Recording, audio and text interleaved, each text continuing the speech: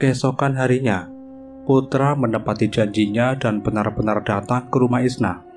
Sebelumnya, gadis itu sudah menceritakan kejadian semalam kepada kedua orang tuanya. Fatimah masih saja tidak percaya. Sampai kemudian Putra menemukan sebuah kotak kecil di belakang rumah mereka.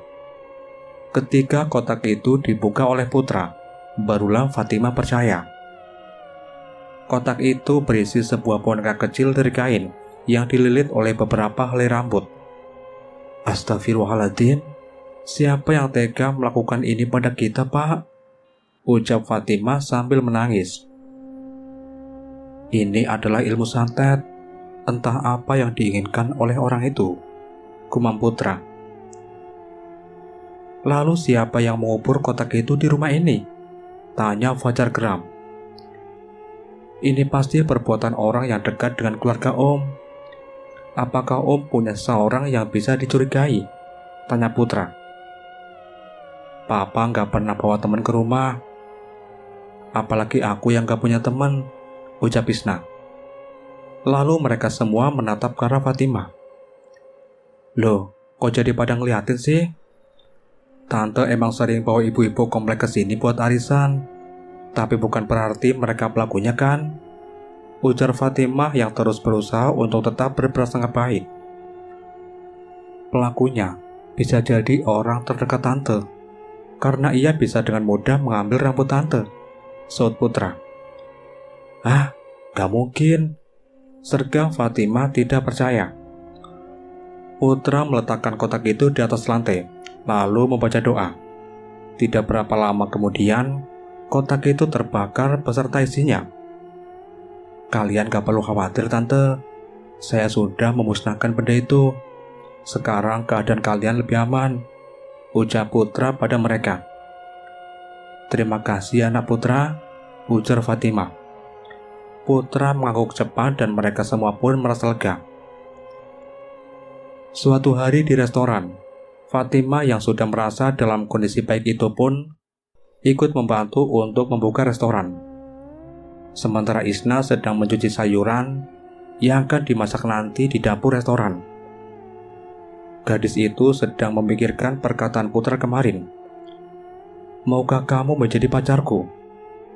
Perkataan Putra itu masih terngiang-ngiang dalam pikiran Isna dan membuatnya senyum-senyum sendiri. Senyuman Isna menghilang saat matanya melihat sesosok wanita yang terlihat berlari ke pintu belakang. Siapa itu? Ma, itu Mama ya? Tanya Isna yang berpikir bahwa sosok itu adalah sang mama, tetapi tidak ada sahutan sama sekali. Isna pun berjalan menuju pintu belakang dan melihat wanita berdiri menatapnya dengan wajah penuh darah. Sosok itu pun balas menatap Isna dan berjalan mendekati gadis itu. Ah! Isna teriak lalu berlari keluar dapur, tetapi sosok itu berhasil menjambak rambut dan mencekik lehernya.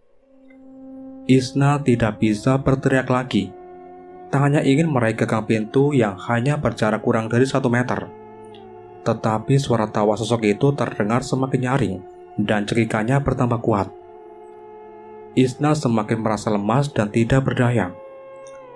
Sesaat kemudian, sebuah hembusan angin dingin langsung merasuk ke dalam tubuh gadis yang malang itu dan membuatnya langsung tersungkur ke lantai.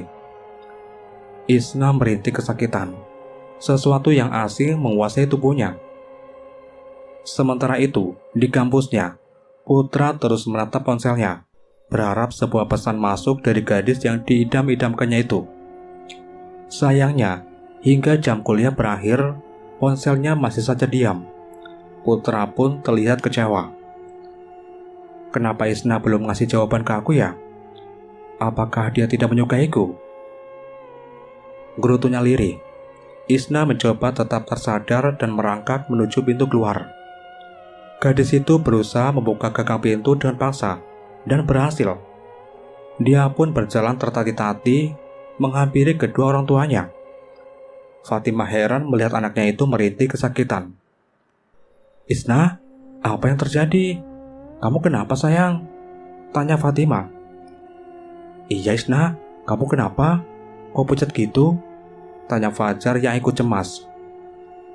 Isna mengerang kesakitan dan memegangi perutnya. Ada apa ini, Pak? Fatimah mulai cemas. Para pelanggan di sana merasa ketakutan mendengar rintihan Isna dan berlarian keluar. Sementara mata Isna melotot dan terlihat seperti menahan sesuatu yang akan keluar dari tenggorokannya. Tidak lama kemudian, gadis itu pun memuntahkan darah hitam dan bercampur paku dan silet. Astagfirullahaladzim, Isna! Fajar berteriak dan langsung merangkul tubuh anaknya yang terbujur lemas itu. Pak, cepat kita bawa Isna pulang, ujar istrinya. Iya, Ma, ujar Fajar seraya membopong tubuh Isna dan membawanya pulang. Sesampainya di rumah, Isna masih terus merasa kesakitan. Gadis malang itu terus mengerang dan muntah lagi. Kali ini Isna memuntahkan darah hitam beserta belatung. Sang mama benar-benar tidak tega melihat keadaan itu. Pak, sepertinya kita harus memanggil Putra. Mama gak mau keadaan Isna menjadi lebih buruk lagi, seru Fatimah. Baiklah, Ma, tolong tungguin Isna, Papa akan segera kembali. Fajar pun bergegas pergi untuk menemui Putra. Fajar datang ke rumah Fatma untuk mencari Putra. Namun Fatma mengatakan bahwa keponakannya itu belum pulang dari kampus. Fajar pun harus kembali pulang dengan perasaan kecewa. Gimana, Pak? Di mana Putra? Tanya Fatimah. Kata Fatma dia belum pulang kuliah, Ma. Aduh, bagaimana ini? Aku juga nggak tahu nomor teleponnya, ucap Fajar cemas. Pak, coba lihat di ponsel Isna. Mungkin dia punya nomornya Putra, usul Fatimah. Fajar segera mengambil benda pipi yang ada di dalam tas milik Isna dan langsung mencari nomor kontak Putra. Beberapa saat kemudian, Fajar pun menemukan nomor Putra. Tanpa menunggu lebih lama lagi, Fajar pun segera menghubungi Putra. Putra yang melihat nama Isna tertera pada layar panggilan ponselnya langsung berbunga-bunga. Akhirnya kamu nelpon juga, gumamnya tersenyum dan mengangkat panggilan itu. Halo? Suara Putra terpotong karena Fajar langsung berbicara. Putra, di mana kamu sekarang, Nak? Loh, ini baru mau pulang kampus, Om. Kenapa ya? Tanya Putra keheranan, karena yang berbicara di telepon adalah papanya Isna. Bisakah kamu segera ke sini, Nak? Sesuatu terjadi pada Isna. Kami berdua nggak tahu harus berbuat apa. Apa? Baiklah, Om, saya akan segera ke sana, ujar Putra dan mengakhiri panggilan, lalu segera bergegas ke rumah Isna. Gimana, Pak? Tanya Fatimah. Putra akan segera ke sini, Ma, sahut pria itu. Tidak lama kemudian, Putra sudah sampai di rumah Isna. Untungnya, gadis itu sudah tenang dan berbaring di ranjang. Orang tua Isna dan Putra pun terlibat pembicaraan serius di ruang tamu. Sebenarnya apa yang terjadi pada Isna, Om? Tanya Putra. Om juga nggak tahu, Nak. Tadi saat di restoran, dia teriak-teriak, lalu memuntahkan darah hitam beserta paku dan silet. Jelas Fajar. Apa? Paku, Om? Putra tampak cemas. Pertanda apa itu, Nak Putra? Tanya Fatimah. Isna disantet, Tante. Apa? Siapa lagi yang melakukan itu pada anakku? Isak Fatimah seraya mengelus dada. Sepertinya ini ulah orang yang sama dengan pelaku yang juga melukai Tante. Belum selesai mereka berbicara, terdengar teriakan dari dalam kamar Isna. Mereka bertiga pun bergegas menuju kamar Isna. Betapa terkejutnya mereka saat membuka kamar gadis itu. Isna terlihat berguling-guling di lantai, sambil sesekali menekan lehernya sendiri, seakan sesuatu akan keluar dari mulutnya. Isna berdiri dan menarik segumpal rambut dari dalam mulutnya. Rambut itu terus keluar dari tenggorokannya dan semakin memanjang. Astagfirullah, ucap mereka serempak karena terkejut. Isna masih menarik gumpalan rambut yang seolah tidak berujung itu. Putra tidak tinggal diam. Dia melihat gadis pujaannya diperlakukan seperti itu dan segera berdoa. Akhirnya, Isna berhasil memuntahkan semua gumpalan rambut yang sudah bercampur dengan darah hitam dan belatung. Usai kejadian itu, Isna pun langsung terkulai lemas dan pingsan. "Isna!" teriak Putra dan menghampiri gadis pujanya itu. Isna masih terbaring lemas di lantai. Saat tiba-tiba saja dia kembali mengerang kesakitan karena merasakan nyeri yang luar biasa di bagian kepala, dada, dan perutnya bersamaan. "Tidak, sakit!" teriak gadis itu sambil terus meremas kepala dan perutnya bergantian. "Kenapa lagi nih?" tanya Fajar cemas. "Om, bisa tolong ambilkan segelas air putih?" pinta Putra. "Tunggu sebentar," ujar Fajar dan segera ke dapur mengambil segelas air putih dan memberikannya kepada Putra. "A'udzubillahi minasyaitonirrajim, bismillahirrahmanirrahim," ucap Putra mendoakan air itu, lalu membersihkannya ke tubuh Isna. Seketika asap putih pun terlihat keluar dari tubuh gadis itu. Namun, Isna masih terus mengerang dan mencengkeram perutnya yang terasa seperti ditusuk-tusuk. Seorang wanita parubaya tampak bersemedi di sebuah ruangan remang-remang. Hanya satu lampu saja yang menyala di atas kepalanya. Tangan wanita itu memegang sebuah boneka jerami yang sudah dililit dengan sedikit rambut di lehernya. Kemudian, dia mengambil sebilah keris dan langsung menancapkannya beberapa kali ke tubuh boneka itu. Bersamaan dengan aksi wanita itu, tubuh Isna merasakan sakit yang luar biasa seperti ditusuk-tusuk pada beberapa bagian tubuhnya. Gadis itu terus menggeliat di atas ranjang, menahan nyeri yang semakin hebat. "Om sama Tante tolong pegangin Isna sebentar," pinta Putra. Kedua orang tuanya Isna pun memegangi tubuh sang putri yang terus menggeliat kesakitan. Sedangkan Putra memegang kepala Isna, lalu membacakan doa. Sesekali Putra mengusap rambut gadis itu, lalu kembali berdoa. Doa-doa Putra membuat keris yang ditancapkan pada boneka jerami itu mendadak tercabut sendiri. Wanita itu geram dan ingin menancapkannya lagi, tetapi tangannya terasa kaku. "Dasar biadab! Berani-beraninya kamu melawanku!" umpat wanita itu, yang tidak lain adalah dia, teman arisan Fatimah. Keris itu terlempar jauh saat dia berusaha menancapkannya lagi. Wanita jahat itu pun turut terjungkal ke lantai. Sedangkan boneka di tangan kirinya langsung terbakar dan menjadi abu. "Sialan!" umpat wanita itu. Ruangan itu langsung bergetar dan membuat beberapa barang terjatuh.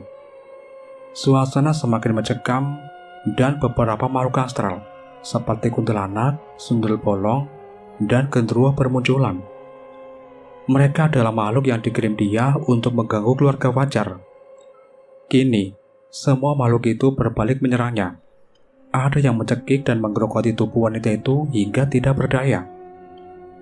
Tiba-tiba saja, keris yang tadi terpental seolah digerakkan oleh sesuatu yang tidak kasat mata dan langsung menghujami tubuh dia berkali-kali tanpa ampun sebelum akhirnya benda itu lenyap.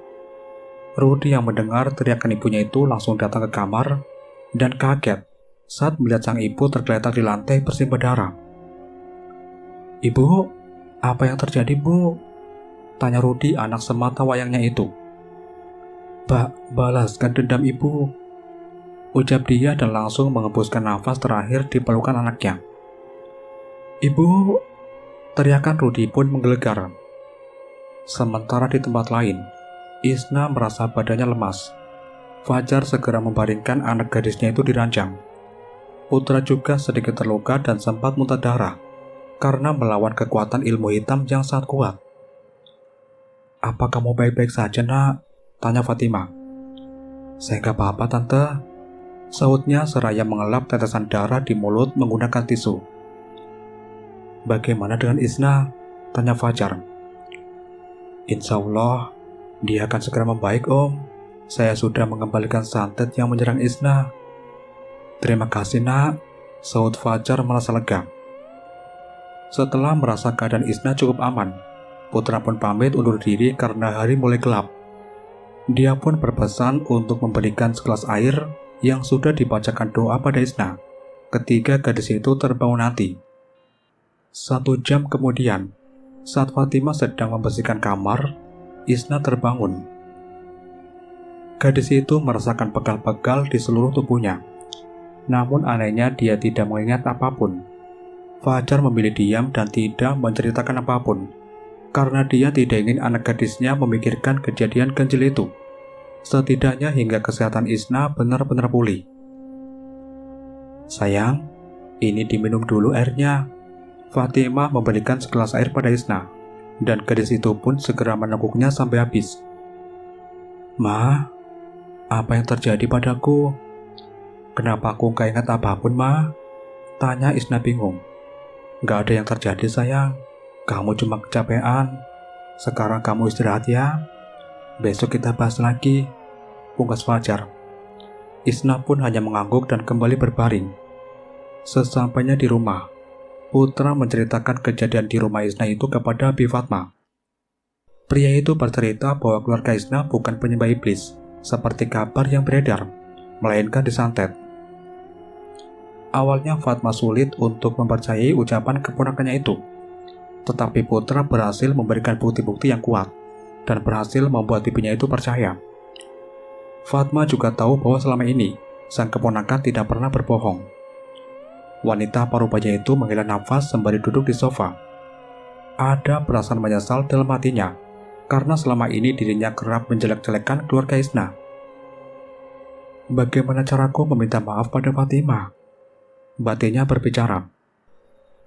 Putra yang mengetahui kecemasan sang bibi langsung menyarankan untuk datang bersama-sama para warga ke rumah Isna. Niatnya untuk minta maaf atas perlakuan mereka yang telah salah paham selama ini. "Bibi nggak perlu khawatir. Tante Fatimah orang yang sangat baik. Beliau pasti memaafkan kalian semua," tutur Putra menenangkan hati bibinya. Keesokan harinya, terdengar kabar bahwa dia yang memiliki restoran di pinggir jalan dan juga teman arisan Fatimah meninggal begitu saja tanpa alasan yang jelas. Kematian dia yang tidak wajar itu membuat banyak warga menduga-duga perihal penyebab kematiannya. Fatma dan ibu-ibu komplek lain pergi bertaziah ke rumah dia. Terlihat Rudi, anak sematawayang, mendiang dia, menangis terseduh-seduh di samping jenazah ibunya. "Kasihan ya si Rudi, baru beberapa bulan kemarin kehilangan ayahnya, sekarang harus kehilangan ibunya," ujar salah satu wanita di sana. "Apa Mbak gak tahu ya, Mbak Diah itu sering gonta-ganti suami. Kabarnya, para pria yang menjadi suaminya pasti meninggal tanpa sebab yang jelas." Tari mulai bergosip. "Hus, kalian berdua ini gak bisa ngelihat tempat ya? Bergosip melulu," bentak Fatma kepada kedua temannya itu hingga mereka terdiam. Namun, Rudi yang sempat mendengar percakapan mereka itu terlihat sangat kesal. Setelah acara takziah selesai, mereka semua keluar dari rumah itu dan tidak sengaja malah bersimpangan dengan Fatimah. Ada rasa malu di wajah mereka semua karena selama ini sudah menggunjing wanita berkerudung itu. Para ibu itu hanya menunduk tanpa berani menyapanya. Fatimah pun memahami dan tetap berjalan masuk ke rumah dia. Rudi yang melihat kedatangan Fatimah langsung berubah raut wajahnya. Dia terlihat sangat marah dan ingin membalas dendam atas kematiannya. Namun, dia tidak bisa bebas melakukannya karena banyak mata menatapnya. Dia pun hanya bisa diam dan terus menangis. Selama ini Rudi sudah mengetahui bahwa ibunya adalah dalang di balik kemalangan yang menimpa keluarga Fatimah. Ibunya itu sengaja mengirimkan santet pada keluarga Fatimah lantaran iri karena restoran Fatimah selalu ramai dengan pengunjung, sedangkan restoran milik dia lebih sering sepi. Diam-diam dia mengubur kotak kecil berisi media santet itu di halaman belakang rumah Fatimah saat menghadiri acara arisan. Dia juga membelai rambut Isna dan dengan sengaja mengambil beberapa helai rambut yang rontok dari pundak gadis itu. Itulah yang selama ini dilakukan dia. Saat sore hari di rumah Fatimah, "Assalamualaikum," terdengar suara beberapa orang memberikan salam. "Waalaikumsalam," Saud Fatimah dan membuka pintu. Wanita itu terkejut melihat ibu-ibu kompleks sudah berdiri di luar rumahnya. "Ada perlu apa ya?" tanya Fatimah heran. "Tante, mereka semua ingin meminta maaf pada tante," jawab putra yang berdiri di antara ibu-ibu itu. "Minta maaf? Memangnya mereka ada salah sama tante?" Fatma pun berjalan perlahan mendekati wanita berkerudung itu. "Mbak Fatim, maafkan kami semua ya. Selama ini kami telah salah menilai Mbak Fatim. Sebelum kalian minta maaf, saya sudah memaafkan kalian kok. Ayo masuk ke rumah. Nggak enak dilihat tetangga." Saud Fatimah tersenyum dan mengajak mereka semua untuk masuk ke dalam rumah. "Mbak Fatim, kami kesini juga untuk menjenguk Isna. Dengar-dengar dia lagi sakit ya?" ujar Tari begitu duduk di sofa ruang tamu. "Oh begitu. Mari saya antar ke kamar Isna." Mereka semua pun berjalan menuju kamar Isna dan melihat gadis itu sedang duduk bersandar di ranjang. Wajahnya sudah tidak pucat lagi. Isna terlihat kebingungan melihat kedatangan banyak orang di kamarnya. "Ma, kok banyak orang kesini?" tanya Isna sedikit was-was karena takut akan dilabrak seperti dulu. "Gak usah takut sayang, mereka kesini untuk nengokin kamu." "Hah? Nengokin? Mama serius?" "Duh, Isna, kenapa keadaan kamu seperti ini sayang?" ujar Fatma dan mendekati Isna. "Cepat sembuh ya Isna," timbal Tari. "Makasih tante," jawab Isna seraya tersenyum kecil. Mereka akhirnya keluar dan meninggalkan Isna agar bisa beristirahat kembali. Tinggallah Putra yang masih berada di dalam kamar itu. Putra mendekati gadis yang disukainya itu dan meletakkan kantong plastik berisi buah-buahan di atas meja yang berada di samping ranjang. "Gimana keadaan kamu Isna?" tanya pria itu memecah keheningan. "Udah gak mendingan mas, makasih ya udah nolongin aku," sahut Isna lirih. Sementara dari luar kamar, datanglah seorang pria yang langsung memeluk Isna. "Kamu kenapa bisa sampai kayak gini Isna? Mas khawatir sama kamu," ujar pria itu seraya membelai rambut Isna. "Mas Prima kau udah pulang? Katanya masih lama di luar Jawa," sahut Isna. "Mas langsung minta izin dari kantor dan segera pulang begitu Papa memberi kabar tentang keadaanmu.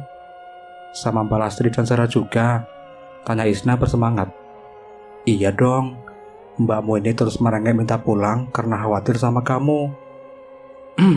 Putra berdehem memberi isyarat agar pria yang tidak dikenalnya itu segera melepaskan pelukan dari tubuh Isna. "Siapa dia Isna?" tanya pria sambil menatap tajam ke arah Putra. "Oh, ini Mas Putra, keponakannya Tante Fatma.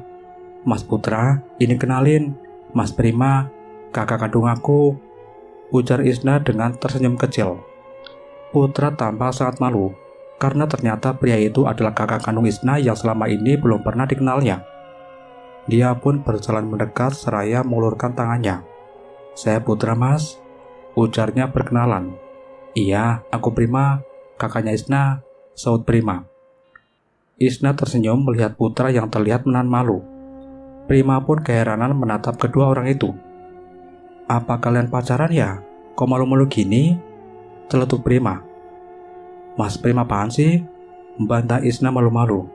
"Saya itu sudah mengutarakan isi hati saya kepada adik Mas Prima ini, tapi sampai sekarang belum dijawab juga," serga Putra tanpa basa-basi. "Isna jangan jual mahal deh, nanti gak laku loh," ejek Prima kemudian tertawa renyah. "Apaan sih mas?" Rona wajah Isna pun mulai memerah karena menahan malu.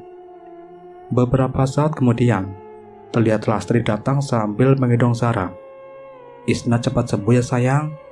Maaf, Mbak Lastri gak ada di sampingmu saat kamu sakit." "Iya Mbak Lastri, gak apa-apa kok. Kita sudah gak diperlukan lagi kok ma.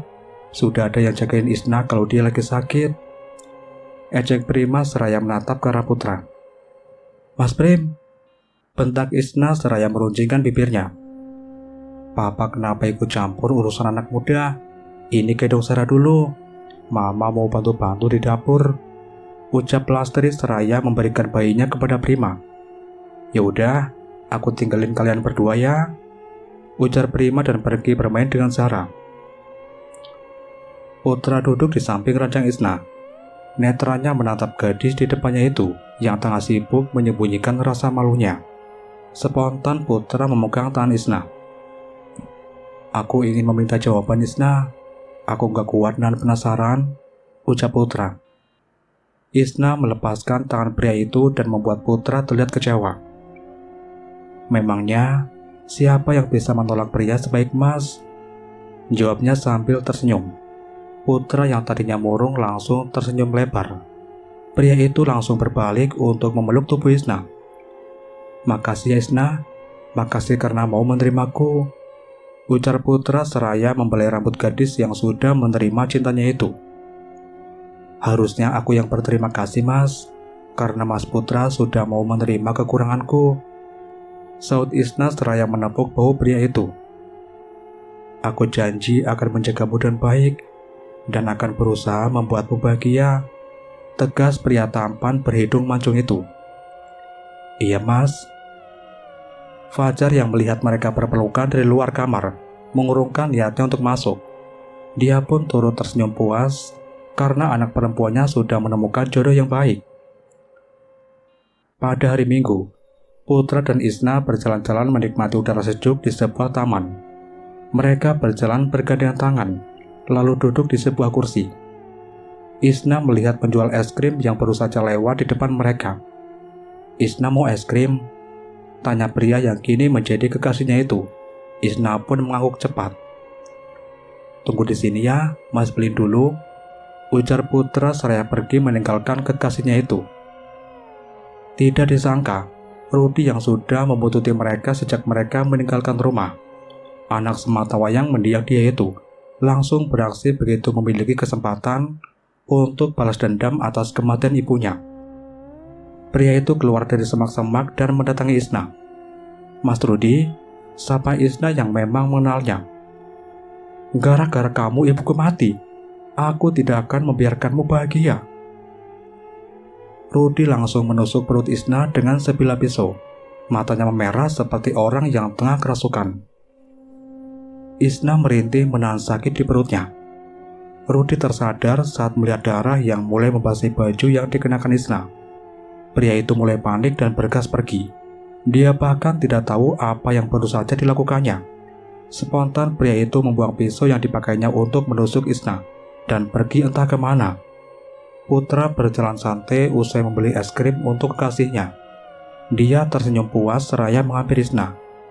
Namun betapa terkejutnya dia saat melihat gadis yang dicintainya itu sudah tersungkur di tanah dengan baju yang berlumuran darah. Tanpa pikir panjang, Putra membuang es krim di tangannya dan langsung menolong Isna. "Apa yang terjadi Isna? Kenapa ini?" isak Putra yang cemas melihat kekasihnya terluka. Mas Rudi," Isna langsung pingsan sebelum sempat menyelesaikan ucapannya. "Isna," teriak Putra. Isna segera dilarikan ke rumah sakit terdekat dan beruntung dokter sigap memberikan pertolongan. "Apa yang terjadi Nak Putra?" tanya Fajar yang buru-buru ke rumah sakit setelah mendengar kabar penusukan yang menimpa putrinya. "Saya nggak tahu siapa yang melakukan ini Om, tapi tadi sebelum Isna pingsan, dia sempat menyebut nama Mas Rudi. Apakah Om mengenal orang itu?" tanya Putra. "Kamu bilang Rudi? Apa mungkin yang dimaksud Isna adalah anak almarhum Badiah itu?" saut Fatimah. "Bisa jadi. Aku akan melaporkan kejadian ini pada polisi. Kalian tunggu di sini ya," kata Fajar. Mereka berdua pun mengangguk, dan Fajar pun segera pergi menuju kantor polisi terdekat. Polisi langsung datang menyelidiki tempat kejadian perkara usai menerima laporan dari Fajar. Pihak kepolisian pun menyisir lokasi kejadian dan menemukan sebilah pisau yang penuh dengan bercak darah. Polisi juga berhasil mengidentifikasi sidik jari yang menempel pada pisau itu. Benar saja, pelaku penusukan itu adalah Rudi, anak almarhum dia. Polisi langsung menangkapnya di sebuah hotel yang berada tidak jauh dari lokasi kejadian. Motif Rudi melakukan penusukan itu adalah membalas dendam atas kematian ibunya. Kini Rudy harus mendekam di penjara dalam waktu yang lumayan lama karena perbuatannya. Restoran yang dimilikinya pun juga harus tutup karena tidak ada yang menjalankan bisnis itu lagi. Dokter keluar dari ruang UGD dan mengatakan kepada keluarga Isna bahwa gadis itu sudah melewati masa kritis. Untung saja Putra membawa kekasihnya itu ke rumah sakit dengan segera. Terlambat sedikit saja, nyawa Isna bisa melayang.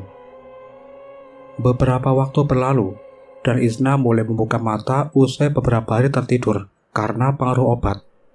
Gadis itu melihat kedua orang tuanya di samping ranjangnya. "Kamu sudah bangun sayang?" tanya Fatimah seraya membantu Isna ingin bersandar. "Iya Ma." "Mas Putra mana Ma?" tanya Isna yang tidak melihat Putra di ruangan itu. "Kamu ini belum aja sembuh udah nyariin orang lain?" gerutu Fajar. "Putra masih kuliah sayang, sebentar lagi dia pasti kesini, jangan khawatir ya," ujar Fatimah dan Isna pun mengangguk. Sore harinya, Putra datang ke rumah sakit karena ingin mengetahui kabar kekasihnya sekarang.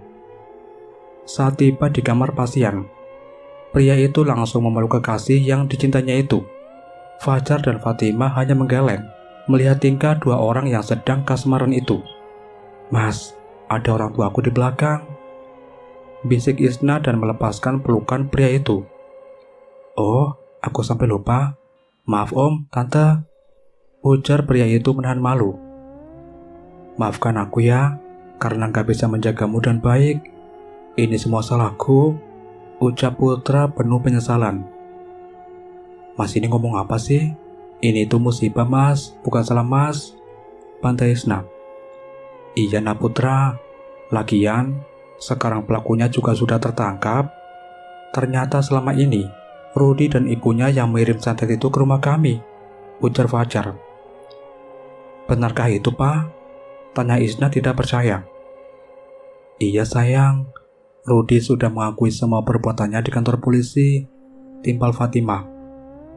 "Jadi sekarang keluarga kita sudah aman ya Pak?" tanya Isna lagi. "Insya Allah sayang." "Syukurlah Om, Tante, saya ikut senang," ujar Putra. "Ini semua juga berkat kamu nak Putra," ujar Fajar. Mereka semua pun tersenyum bahagia. Kini restoran Fatimah sudah kembali seperti biasa. Pelanggan yang dulu pergi kini sudah mulai datang kembali. Keuangan mereka pun sudah kembali normal. Fajar memutuskan untuk membiayai kuliah Isna agar anaknya kelak memiliki masa depan yang lebih baik. Putra dan Isna berkuliah di kampus yang sama. Pasangan itu menghabiskan hari-hari mereka dengan kebahagiaan. Beberapa bulan kemudian, Putra terlihat sedang menggendong seorang anak berusia 1 tahun di rumah Isna. "Udah pantas lu kamu, kenapa nggak langsung nikah saja?" celetuk Prima seraya mengambil Sarah dari gendongan Putra. "Mas Prim selalu deh," bantai Isna yang saat itu juga ada di sana. "Insya Allah setelah saya lulus kuliah dan bekerja, saya akan langsung melamar Isna Mas. Kamu yang sabar ya Is," ujar Putra, dan Isna hanya menunduk malu mendengar ucapan kekasihnya itu. "Kamu tentu sudah tahu jawaban kami kan nak? Kami semua sudah merestui kalian," ujar Fajar. "Terima kasih ya Om," ucap Putra seraya menggandeng tangan Isna dan tersenyum bahagia. Kini keluarga Isna kembali hidup normal dan lebih bahagia. Oke teman-teman, itulah akhir dari cerita ini. Sesungguhnya, orang-orang yang menyimpan iri dan dengki adalah orang-orang yang jauh dari surga. Allah sudah mengatur rezeki setiap umatnya. Janganlah mengeluh dan terus berusaha. Semoga kisah ini bisa menginspirasi kalian. Mimin pamit. Wassalamualaikum warahmatullahi wabarakatuh.